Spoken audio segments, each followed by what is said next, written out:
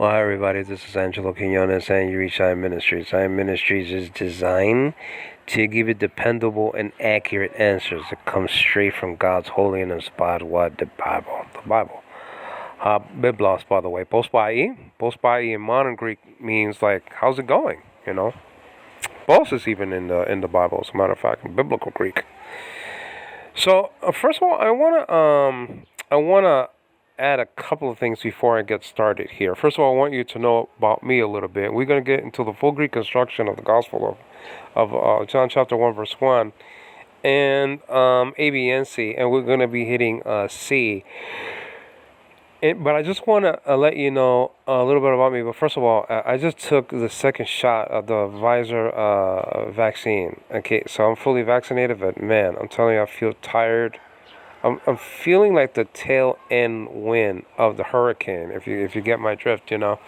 So the side effects, I haven't experienced all of them, but the tiredness and maybe like headaches like that, and a couple of pains here and there, but just a flu-like symptom that I have for about like 4 days now. So just forgive me if I'm not as sharp as I usually am. Praise God anyway, if I am, and just forgive me for being a little bit slow, but hopefully I'm still accurate. And if I say something that's not accurate, I will put something a comment on the board there. And if I because I'm not editing this video, not yet anyway. So that's gonna come later. Hopefully in the near future, as I buy my computer here in the Philippines and get back to editing and stuff like that, like I used to do in the States. Having been born in the States, so I guess that's the perfect tense, right? Having been born in the United States of America in 1995 to Nilda and Jose Quinones, and I have a brother and a sister. So, Yeshli Ve'achot, in Hebrew, have a sister and a brother.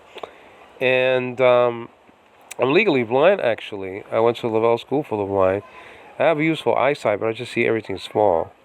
So sometimes I use magnifying glasses to see certain things on the phone. I'm not going to be doing so now because, I know this text, superficially anyway. I can recite it to you, so there's no issue, and I can see it. It's big enough print to see, very big print, So that's no difficulty. And so I was born again in 1990. But before that, I lost my father in a fire in 1983 when I was 17 years old. And so I dropped out of school. And I got my equivalence diploma in 1986 at the Jewish School for the Blind. And so, we moved from the Bronx to Queens. And in Queens in 1990, the Lord called me, having chosen me before the foundation of the world. And so I was born again around 1990, and went to college late in my life. Though I was interested in Greek here and there. I used to hear Greek words from Bible teachers like Barnhouse and Boyce, and more Barnhouse than anybody else. And for a group, well, they used to throw in couple of Greek words here and there. I said, wow, well, that's interesting. Greek is the original, but I didn't have any concept what that really meant. I didn't know how to read Greek or anything like that. And so I went to Nyack Theological Seminary in 2002 and founded my ministry in 2013 or 14 on YouTube. But I lost my mother before that in 2012. She was 68 and my father was 49 when he died in 1983. So I mean, about 6 years after that, I met someone on Facebook, my wife Ariza, and I moved from the United States of America to the Philippines to marry her, and now we have a child. and Anna Devane, and so and that's it so far. And I'm building a house over here, and I have a new life and a new chapter. And God doesn't give a new chapter to everybody, so I'm just privileged to have a second chapter of my life in a strange land. All right, so that's about it with me. I am an evangelical Trinitarian. I'm an evangelical down to earth redneck. If that makes any sense, Spanish, a redneck and a Spanish at the same time. But you know what I mean. Just a regular, Christian dude. Okay, not a Unitarian, not you know, in a recovery church, Witness Lee Church, not in the LNG White Church, Seventh Day Adventist, nothing Adventist, what do you want to call them? No, no, just a regular, evangelical sort of barn house, just James Boyish, or church like that, voice, church. You know what I mean? Just fundamental. Believe in the fundamentals, believe in the Trinity, believe in the deity of Christ. You know the deal. You know what I'm saying? Gives the glory to God also for my complete and total salvation from A to Z. Now, so you know about me there. But let's get to know about this because that's more important. You understand what I'm saying? We already saw this scores of times. I mean, we did a lot of studies on John 1:1, more than probably anybody else in the history of YouTube, basically. And because if I punch in John 1:1, I'm not gonna find anything there. Too much. Okay, it keeps on thinking that I'm asking about Matthew 11 or something like that, or Romans 11, or I don't know. I mean, you punch in John 1:1, you get nothing. And so hopefully, well, you should get something because I already did some studies on it. But I mean, I didn't put the titles yet on everything. So I mean, but besides me, I'm just saying you just don't see anything on John 1:1. See a lot of Greek being taught out there. Okay, fine, but let's get to the nitty gritty. Let's get to the action. You understand what I'm saying? Let's get to the dance. Let's get to the party. I mean, Mounts did the work, and Manti did the work, and Dana did the work, and A.T. Robinson did the work, and Dan Wallace did the work, and I mean these people did the work, okay, and many more people did the work, okay, before us, and so now they expect for us to do something about this, okay, to teach from the Bible. Okay, now it's good to teach the Greek. Okay, fine, and we're going to be doing it right here. But it's time that we get up and do something and teach what's here in the Bible, because we can confront the Jehovah's. What is this? Okay, you understand what I'm saying? And so this is the full Greek construction or full Hebrew construction of every verse that has to do with a JW debating a Trinitarian. Okay. That's it.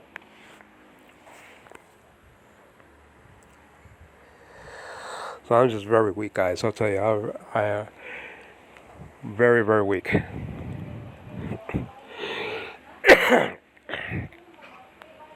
My baby's copying my cough. Hi, my love.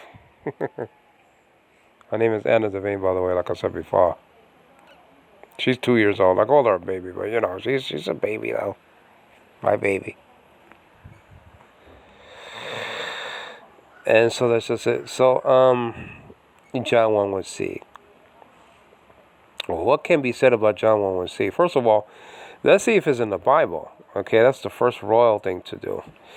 So if you open up your New Testament Greek manuscript, okay, volume of John, okay, edited and arranged by Reuben Swanson and forwarded by the great Greek scholar Bruce M. Metzger. In the 1990s, I think he started that work. And so you're gonna see on page number 1, not Roman number 1, but page number 1. Yes, you're gonna see like around, I would say like 6 lines of variant readings. Okay, 6, something like that. I don't have it with me. It's back in the States. If it survived the flood in my brother's house. Well, you could easily get that on Amazon.com. I shouldn't say easily. I better hurry up because time is running out, and that might not be available in hard, in paperback form or whatever. That might be available only on like Kindle and stuff like that. So I better hurry up though. On page 1, you see John 1:1, and you see the manuscript evidence for this verse. Well, let's start with P66 and 75. Well, P66 and P75 are papyri.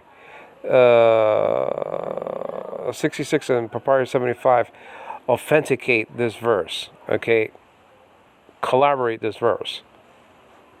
You have the entire verse, okay, according to those manuscripts, okay? And so that's just the deal. Now, P66 is the oldest existing Gospel of John that we have, even though it's incomplete. That's the problem with that. It's still incomplete. But John 1:1 is very complete. It's very good.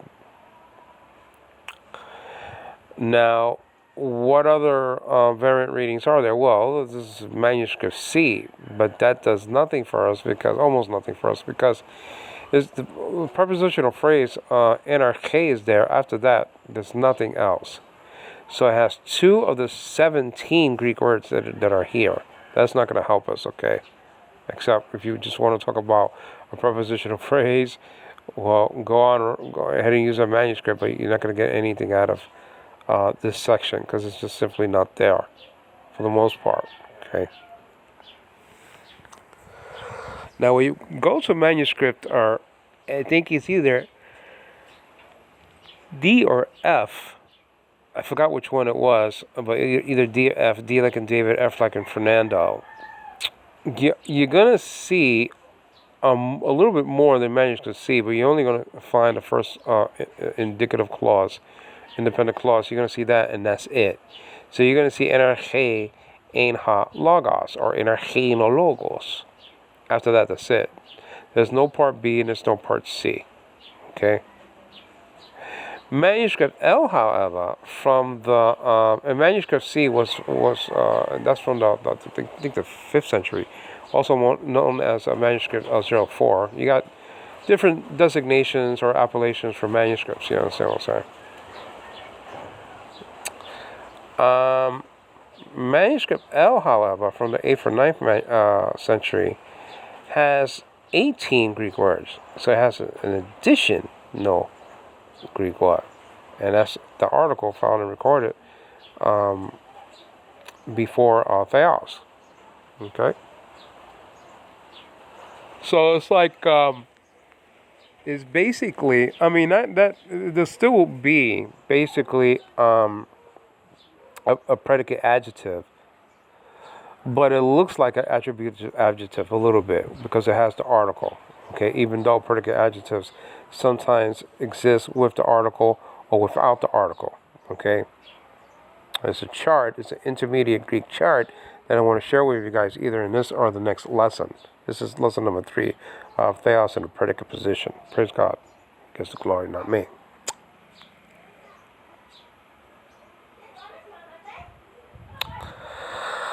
Now, so that's just the deal. So the manuscript evidence is here, and it has the extra article, manuscript L. Okay, so it has it says something like this: "Energi no logos ke logos, in prostonte on ke o theos ino logos." So it has the o or the ha there, the article in front of theos. Okay, in that manuscript L, like in Larry, like Larry Bird. And of course, the Textus Receptus has this, okay, Greek edition. United Bible Society's Greek editions have this verse. 4th edition, 5th edition, you know what I'm saying? And even though that came before, he would have probably added the Tyndale House Greek New Testament, which has a good report from Mounce, by the way. That has this verse, and Nestle Allen. Byzantine text form, which I mean is a Textus Receptus anyway, but that has it recorded in the volume arranged by Pierpont and Company, right? And so you see the whole verse there in the Byzantine text form Greek New Testament, published way back in 2005, I believe. You can still get that on Amazon.com. So basically, I mean, and and you got other Greek editions and stuff like that has this verse in its entirety. That's what I'm saying. So that's just a deal. So it's there. So we have to deal with it. Okay. We have to deal with it being there. It's part of the. It's part of the canon. It was probably part of the original. We don't have the originals. We don't have the original autographs or autographs. We don't have the original manuscripts by the apostles. We don't have them. We have more than 5,000 copies. Okay. And that's just it. But we don't, like 20,000, more than 20,000 manuscripts. 5,000, more than 5,000 in Greek. Almost 10,000 in Latin, So this is collaborated by Sinaiticus and Vaticanus as well. Understand what I mean? And so that's just the deal. So it's here. So we have to deal with it. Well, how do we deal with it? Well, we could deal with it in many ways. Let me pick one. Just right off in center. First of all, what doesn't it say? That's the royal method of interpretation. Sometimes, right? To understand what a text does not say.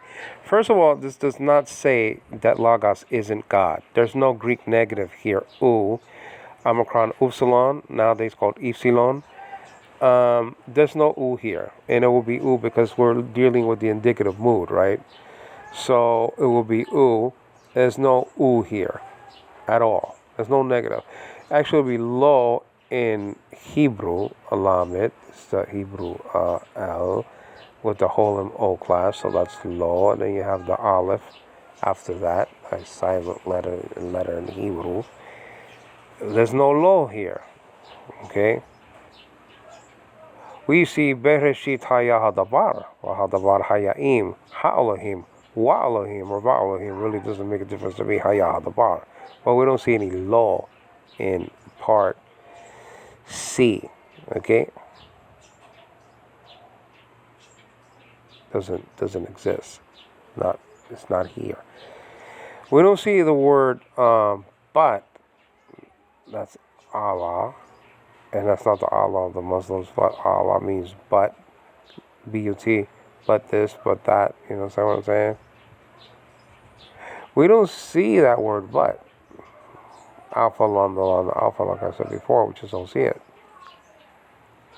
Okay, we don't see the word haste here. The word that can be translated a, okay? We don't see that there.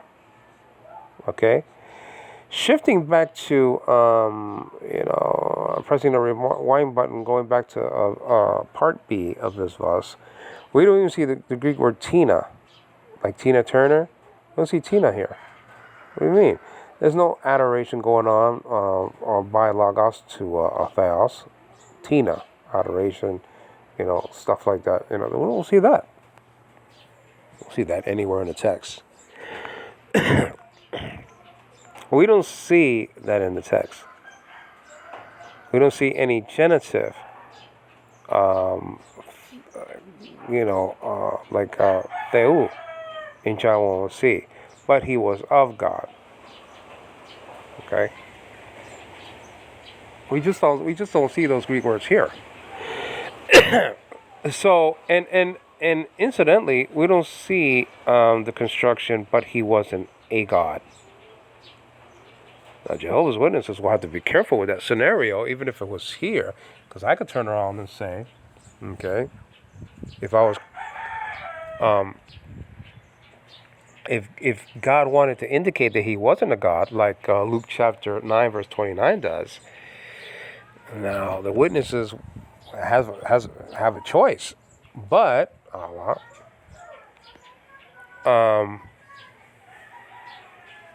Aletheos.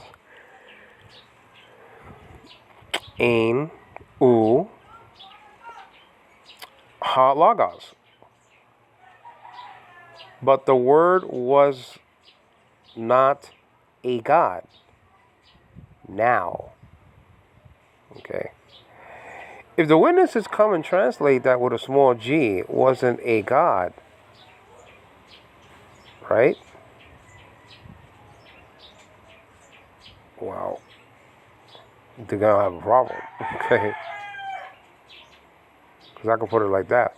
But the Word wasn't a God, meaning small g, he wasn't a demigod.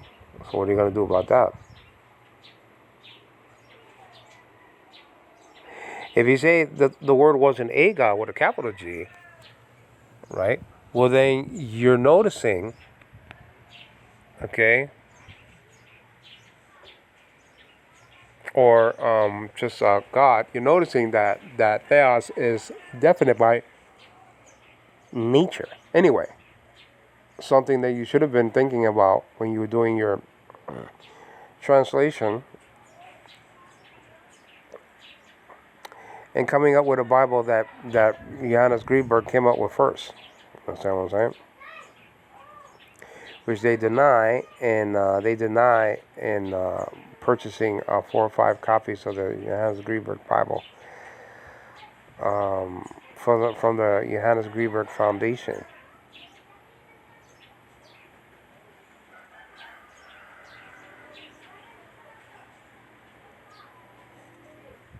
All right. So, theos in the predicate position. What does that mean?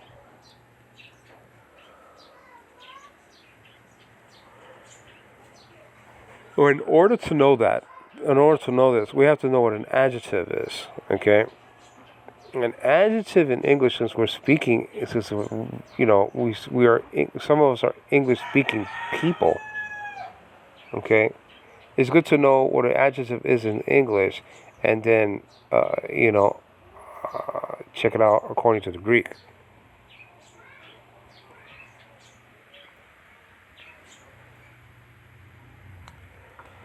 And this is where I'm going to close. Okay, I can't continue.